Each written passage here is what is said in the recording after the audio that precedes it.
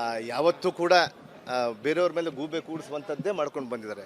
ಅವ್ರಿಗೆ ಫಸ್ಟ್ ತಮ್ಮ ಮಾಧ್ಯಮದ ಮೂಲಕ ನಾನು ಕೈ ಮುಗಿದು ಕೇಳ್ಕೊತೀನಿ, ಅವ್ರ ಸಂಸ್ಕೃತಿಯನ್ನು ಕಲಿಬೇಕು, ಅವ್ರ ಭಾಷೆಯನ್ನು ಕಲಿಬೇಕು. ಇವತ್ತು ನನ್ನ ಹಿರಿಯರಲ್ಲಿ ಎಲ್ಲರೂ ಕೂಡ ನನಗಿಂತ ಚಿಕ್ಕವರಿದ್ದರೂ ಕೂಡ ಅವರು ಒಂದು ಸಂಭವ ಅಂದರೆ ನಾವು ಸಂಬೋಧನೆ ಮಾಡ್ತೀವಿ ಅವ್ರಿಗೆ, ಅಂದರೆ ಯಾವ ರೀತಿ ಮಾತಾಡಬೇಕಂತೇಳಿ.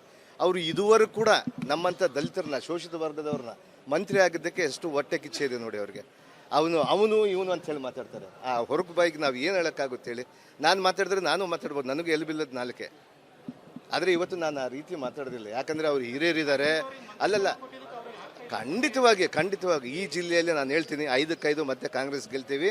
ನನ್ನ ನೇತೃತ್ವ ಅಂತಲ್ಲ, ಸಾಮೂಹಿಕ ನೇತೃತ್ವದಲ್ಲಿ ಮಾನ್ಯ ಡಿ ಕೆ ಶಿವಕುಮಾರ್ ಸಾಹೇಬರ ನೇತೃತ್ವ, ಮಲ್ಲಿಕಾರ್ಜುನ ಖರ್ಗೆ ಸಾಹೇಬರ ಒಂದು ನೇತೃತ್ವ, ಮುಖ್ಯವಾಗಿ ನಮ್ಮ ಸಿದ್ದರಾಮಯ್ಯ ಸಾಹೇಬರ ನೇತೃತ್ವದಲ್ಲಿ ಈ ಜಿಲ್ಲೆಯಲ್ಲಿ 5-5 ಮತ್ತೆ ನಾವು ಗೆಲ್ತೀವಿ ಅನ್ನುವಂಥ ಭಯ, ಆತಂಕ ಅವ್ರಿಗಿದೆ. ಇವತ್ತು ಖಂಡಿತವಾಗಿ ಮುಂದಿನ ದಿನಗಳಲ್ಲಿ ನಾನು ಈ ದೇವಸ್ಥಾನದ ಆವರಣದಲ್ಲಿ ಹೇಳ್ತೀನಿ, ಖಂಡಿತವಾಗಿ ಕೂಡ ಅವ್ರು ಏನು ಮೊನ್ನೆ ಸದನದಲ್ಲಿ ಕೂಡ ಏನೇನೋ ಮಾತಾಡ್ತಾಯಿದ್ರು, ಅದಕ್ಕೆಲ್ಲ ಕೂಡ ನಾವು ಸ್ವೀಕಾರ ಮಾಡಿದ್ದೀವಿ. ಅವ್ರು ಏನೆಲ್ಲ ಕೇವಲ ಒಬ್ಬ ದಲಿತ, ಒಬ್ಬ ಹಿಂದುಳಿದವರು ಇವತ್ತು ಮತ್ತೆ ಜಿಲ್ಲೆ ಮಂತ್ರಿಯಾಗಿ ಇವತ್ತು ಮತ್ತೆ ಇಲ್ಲಿ ಮಂತ್ರಿಯಾಗಿ ಬಂದಿದ್ರಲ್ಲ, ಅದು ಹೊಟ್ಟೆ ಕಿಚ್ಚು ಅವ್ರಿಗೆ, ತುಂಬ ಹೊಟ್ಟೆ ಕಿಚ್ಚು. ಅಯ್ಯೋ, ವಿಜೇಂದ್ರ ಅವ್ರ ಬಗ್ಗೆ ಹೇಳಬೇಕಂದ್ರೆ ಭಾಳ ಸಾಕಷ್ಟಿದೆ. ಇವತ್ತು ಅವ್ರ ಬಗ್ಗೆ ನಾನು ಹೇಳೋಕ್ಕೆ ಇಷ್ಟಪಡೋದು. ನಮ್ಮ ಮುಖ್ಯಮಂತ್ರಿಯವರು ಅವರೆಲ್ಲ ಕೂಡ ಈಗಾಗಲೇ ಕೂಡ ಅವ್ರಿಗೆ ಆನ್ಸರ್ ಕೊಟ್ಟಿದ್ದಾರೆ.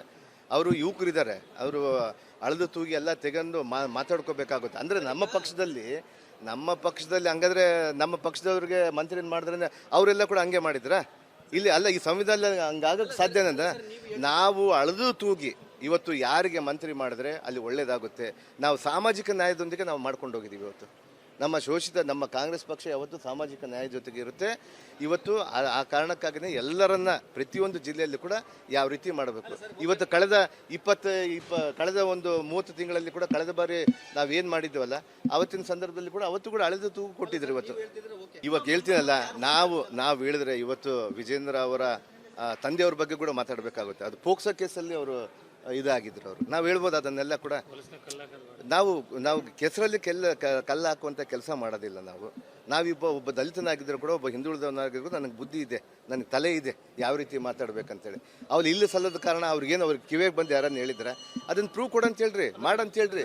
ಅವ್ರು ಯಾರು ಹೇಳ್ತಾರೆ? ಖಂಡಿತವಾಗಿ ನಮ್ಮ ಮುಖ್ಯಮಂತ್ರಿಯವರು ಎದೆ ತಟ್ಕೊಂಡು ಹೇಳಿದ್ದಾರೆ. ನನ್ನ ಮೇಲೆ ಕೇಸ್ ಇನ್ನೋದಕ್ಕಿಂತ ನಮ್ಮ ನಾಗೇಂದ್ರ ಏನು ಮಾಡಿಲ್ಲ, ಕ್ಲೀನ್ ಚಿಟ್ ಕೊಟ್ಟಿದ್ದಾರೆ. ಹಂಗಾದ್ರೆ ನಮ್ಮ ರಾಜ್ಯದ ಒಬ್ಬ SIT ಸದಸ್ಯರನ್ನ ನಾವು ಅಲ್ಲೆಗಳಕ್ಕಾಗುತ್ತಾ? ಇವರು ಕೇಂದ್ರ ನಾಯಕರು ಅವ್ರು ಏನೇನೋ ಮಾಡ್ಕೊಂಡ್ರೆ ಅವರು ಸಂಸ್ಥೆಗಳನ್ನು ಅವ್ರ ಕೈಯಲ್ಲಿ ಏನಾದರೂ ಮಾಡ್ಕೊತಾರೆ ಅವರು. ಅದಕ್ಕಾದರೂ ಕೂಡ ಅದಕ್ಕೆಲ್ಲ ನ್ಯಾಯ ದೇವತಿದೆ, ನ್ಯಾಯಾಲಯದಲ್ಲಿ ಪ್ರಕರಣ ಇದೆ. ಆ ಪ್ರಕರಣದೊಂದಿಗೆ ನಾನು ಮಾಡ್ಕೊಂಡು ಹೋಗ್ತೀನಿ.